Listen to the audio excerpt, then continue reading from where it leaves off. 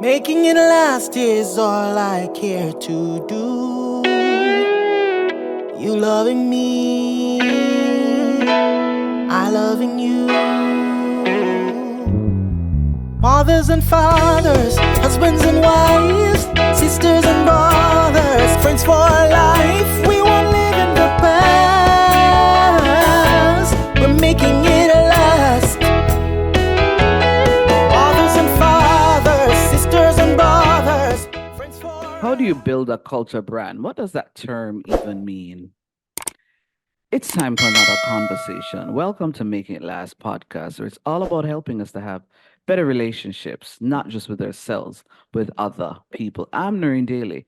And to unpack that and tell us just what that means is Kyle Duford. He's the president and executive creative director of the brand leader. Welcome, Kyle.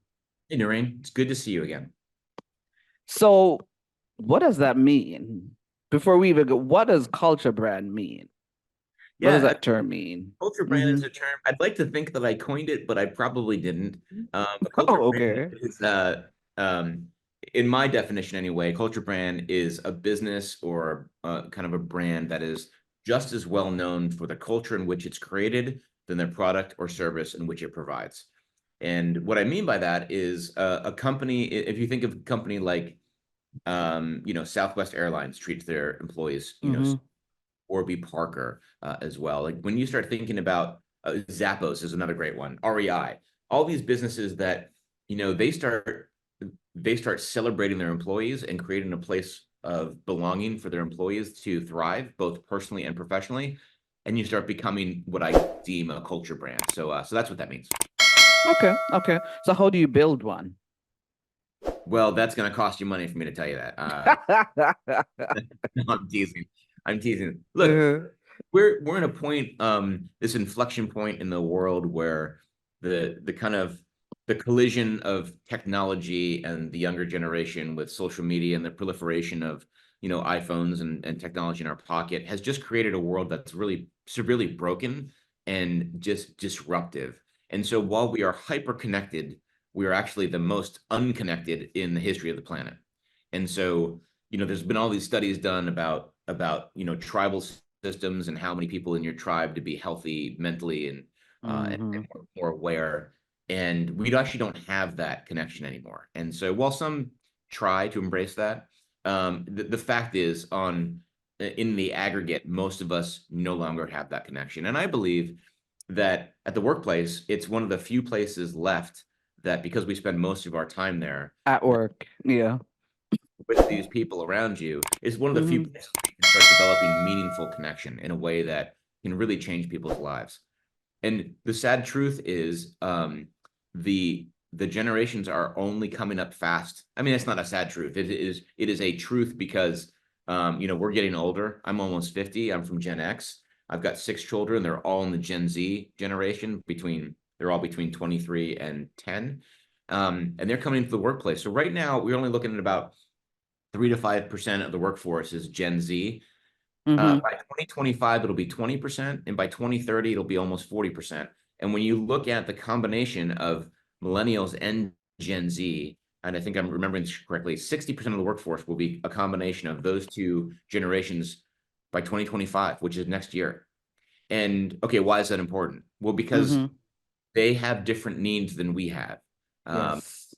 that where the boomers who raised me, it was all about working 9 to 5. It was a very misogynistic, male-dominated world where women could only cook and be secretaries, which is all, by the way, but that was prevalent. Mm-hmm. And Mm-hmm. so we, as Gen X coming underneath them, and boomers never got divorced. It was, all this kind of like, it was like, let's pretend everything's great. Of course, they were living in Mm-hmm. the era of the atom bomb. And so you had to have this kind of like false sense of life. And then Yes. as a Gen Xer growing up, those factors, while some of them started to dissipate, especially with the advent of global diseases like AIDS and HIV and other things, which kind of equaled the population a little bit as far as like, hey, we're all affected by the same things. Mm-hmm.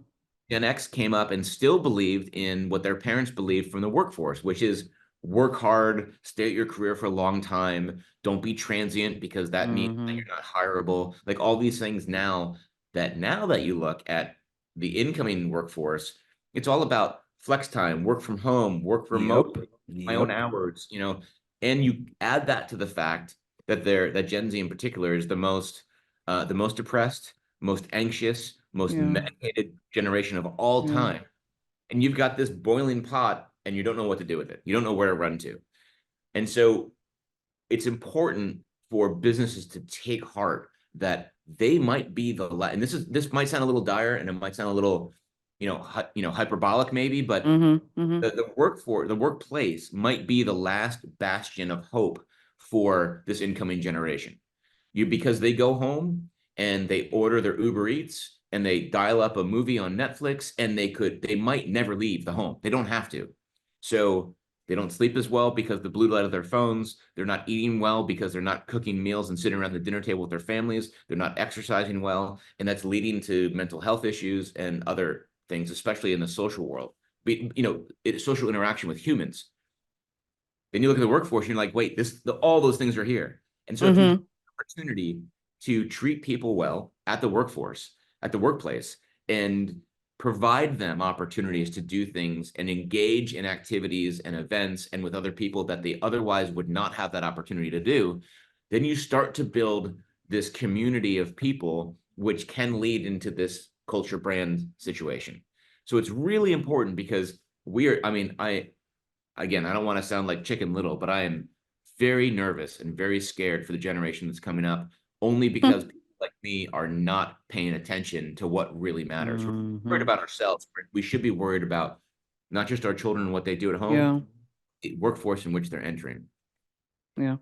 Do you think though that what you're describing or what you're saying is it that you're placing a bit, say, too much responsibility on the workplace and then allowing the home situation to, for want of a better word, slacken up, so to speak? Is it that you're saying, hey, work, it's the workplace that needs to take this on, or and you know, Well, I kind of mean, ease up the home situation a bit? yeah, it is a responsibility, I believe, of employers nationwide and Okay. globally to look out for their employees, period. It happens to be in a time of the planet where we're kind of in dire shape. The world's kind of on fire if we haven't noticed. And we're in a situation where and here I want to be very clear. It doesn't matter what we believe, right? So when I was on a former podcast of yours, we talked about faith in the workplace. I happen to be a Christian. That doesn't mean that I need to exclude anyone who's not a Christian, right? So you have to have a place of trust. You have to have a place of grace. You have to have a place of empathy. As a matter of fact, those are 3 of the 7 needs I believe that Gen Z needs in the workplace. Because if you have a place of trust, which you really show trust by believing in one another and over time building a legacy of proving yourself to one another. Mm-hmm. Mm-hmm. I don't know the Webster dictionary of trust, but over time you start relying on one another because they're going to be there for you. And Okay. you can provide a safe place in which to do that. You can enable trust. I'll give you a quick example. Mm-hmm. Work from home, unlimited vacation. It's very hard, especially for a generation like mine, that we were told to be in the workplace at 8 a.m. and leave at 6 and only take an hour lunch and clock everything else, to go, oh, they're working from home today. I have to believe that they are working, right? But you show them Uh, little situation, and then they can show you back in other ways.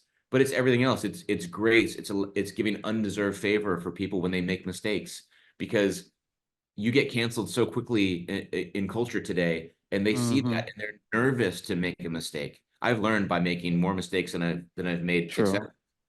And so we have to provide grace for them, and it goes on and on and on. I can tell you more if you're interested, but there's so Mm-hmm. many needs that they have that aren't being met other places. And sure, yes, it's a big burden to carry at the workplace, Mm-hmm. but you want to have a successful business, I believe you have to address these issues. Otherwise, you won't be a business in 20 years when they dominate the workforce, because they will change the culture whether you like it or not. So you might as well help lead them into the path of enlightenment at the workplace, because otherwise it's just a dire situation. Hey, I'm Kyle Duford from the Brand Leader in Greenville, South Carolina, and I'm talking with Noreen Daly on how to build a culture brand on today's episode of Making It Last. So please join us after a word from our partners. Making it last is all I care to do. You loving me, I loving you. Mothers and fathers, husbands and wives. You can't live your best life without a healthy immune system. Boost your immune system the delicious way with Zappy's organic juices and punches. Made from local produce with zero added sugar, our juices cleanse and revitalize your body as they boost your natural immunity. Try our delicious flavors: Beat It, Berry Bomb, Get Fresh, Ton Up, and Island Splash. Find us on Instagram at Zappy's Organics, or call or send a WhatsApp message at 1-876-779-8910 to order today. That's 1-876-779-8910. Zappy's Organic Juices and Punches. Live your best life today.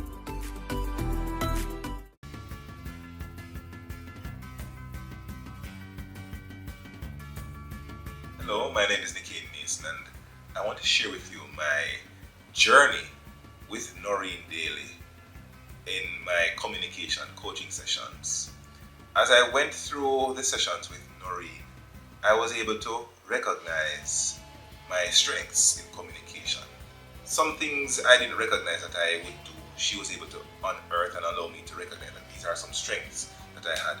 I did have some weaknesses which I was challenged to overcome through research, reviewing other public speakers, and being able to sit before a camera and to speak to an audience, an invisible audience. It was fun, and as a coach, she was patient and she gave good feedback, and she was able to give me the insight into communication as to how to best use my skills, my natural communication strengths to be engaging as a speaker. And I would recommend anybody who seeks to become a more competent communicator to enroll in her program. Reach out to her, and I believe you're going to enjoy the journey as much as I did. Thanks.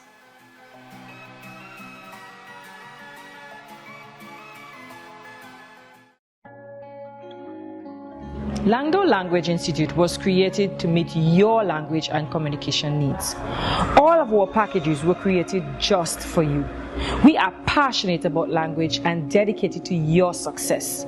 We offer the CSEC English program, the Study Buddy program, the Get Ahead with English program, and the Business Communication program. Contact us at 767-285-0938 or email us at landolanguage@gmail.com, because the real question is, how can we help you? Making it last is all I care to do. You loving me, I loving you. Mothers and fathers, husbands and wives. Welcome back to the Making It Last podcast. I'm Kyle Duford. Let's continue our conversation on how to build culture brands at the workplace. Special thanks to our partners for allowing us to do this, and we hope you enjoy the rest of the show. You said earlier the whole idea of having meaningful relationships at work or have meaningful connections. Now, there's a phrase that I'll see pop up now and again on social media in whichever form. And I remember where I saw it last, the whole idea of your coworkers are not your friends. So what then would be your response to that, to somebody who subscribes to that Yeah, I'd say philosophy? probably leave it at that. Okay. I don't know if you beat that out or not, but listen, you can't expect, we're humans, right? You can't expect to spend 40 hours of your waking life per week with people and not have some semblance of camaraderie and friendship on some level. That doesn't mean they have to be necessarily super deep. You don't have to be in relationships with these people. You don't have to, spend every night with them. But if you're not friendly, if you don't develop some friendships, then you're going to resent coming to work, and you're going to help propagate a culture of of disconnection rather than one of connection. Hmm. Hmm. Hmm. Hmm. So is it then a mindset shift, or create the environment and hopefully some will catch on? But what's the thinking, or what's your recommendation? It's a little bit of both, honestly. Ah. It's a little bit of both. You have to lead by example, first of all. People look towards leadership. They look to their managers and directors and so forth as how to behave in the workplace.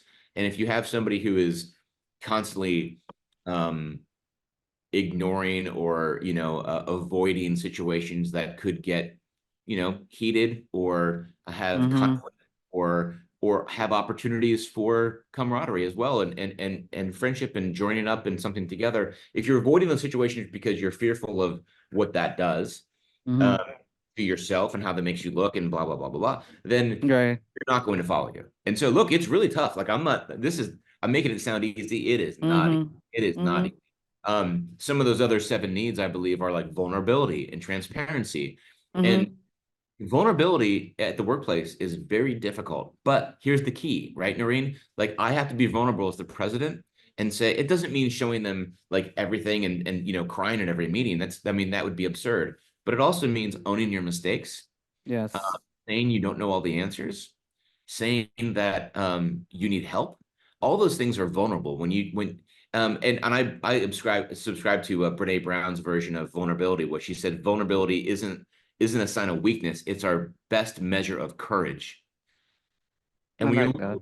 when you're looking at Gen Z in particular, they don't have anyone showing them that they're not vulnerable. They're because they're hiding behind a screen most of their life. Yeah. Yep.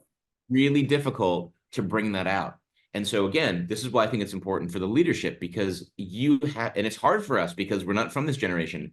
We have to learn how to be vulnerable. We have to learn how to offer grace and trust and empathy and celebrate individuals. And I'm not talking about like participation awards. I'm talking about celebrating wins. I'm talking about rebuking in private and celebrating in public. I'm talking about things which help these individuals, these younger folks. And again, I've got 6 kids who are firmly in this generation. We're helping them understand what it's like to kind of like be in this world as adult humans, and that they can thrive and Yes. and be successful and be healthy mentally, physically, and emotionally and spiritually through these things that they are striving to get and they're not getting in their high school years. They're not getting their elementary school. They might not even be getting in college anymore. And yeah, you can say COVID did a lot of this, and sure, it didn't help. And it might have accelerated where we're going, but we're going this way no matter what with the advent of technology. And so, yeah, it is really important.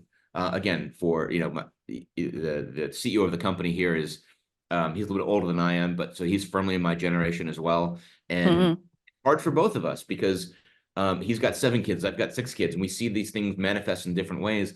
And then you come to the office and you might see that same trait or trend in one of our employees, and we're like, they could be. I've got a 23-year-old or 22-year-old. I've got 23 and 22-year-olds at the workplace. And so you can see like, okay, this is really tough, right? Here's dad mode, parent mode, home life over here, and here's work mode. And I'll tell you the secret: if you love on people, it's the same thing. It's the same. So I get excited about this. I get because I don't feel like people. I think a lot of leaders today in business feel that it's weakness for them to ascribe to the new generation's needs, and it's not. It's human for us to develop and change and welcome them with open arms into the workplace. Yeah. As we're wrapping up, if you had to then encapsulate all of this in terms of how to build a culture brand in a 3-step process, what would that 3-step process be? You and your famous, questions at the end. Clearly, I'm not a very concise, pithy person, but gosh, I would say the first thing is, is listen to your people and figure out who they are. I mean, you might not have a workplace which is loaded with millennials and Gen Zs yet, but you will. So look to see what the landscape's like. That would be number 1. Number 2 is ask them how they're doing. Bring them into the fold. We always say here it's collaboration, not consensus. You have to invite everyone's opinion. Doesn't mean you have to take a vote and everyone gets to choose, because the buck stops with somebody, but listen. what their input is. And I can be very bad at that at times, and I can be very good at times. It depends on what the topic is, if I'm honest. Listen, ask them. And the third thing is act. Don't be afraid to act now, today, and try. And you will fail. You will fail. And that's okay, because we're learning as we go. We fail all the time here. We try this, let's try that. So, and then you just rinse and repeat. You listen some more. You listen on what happened. Did it work? Did it not work?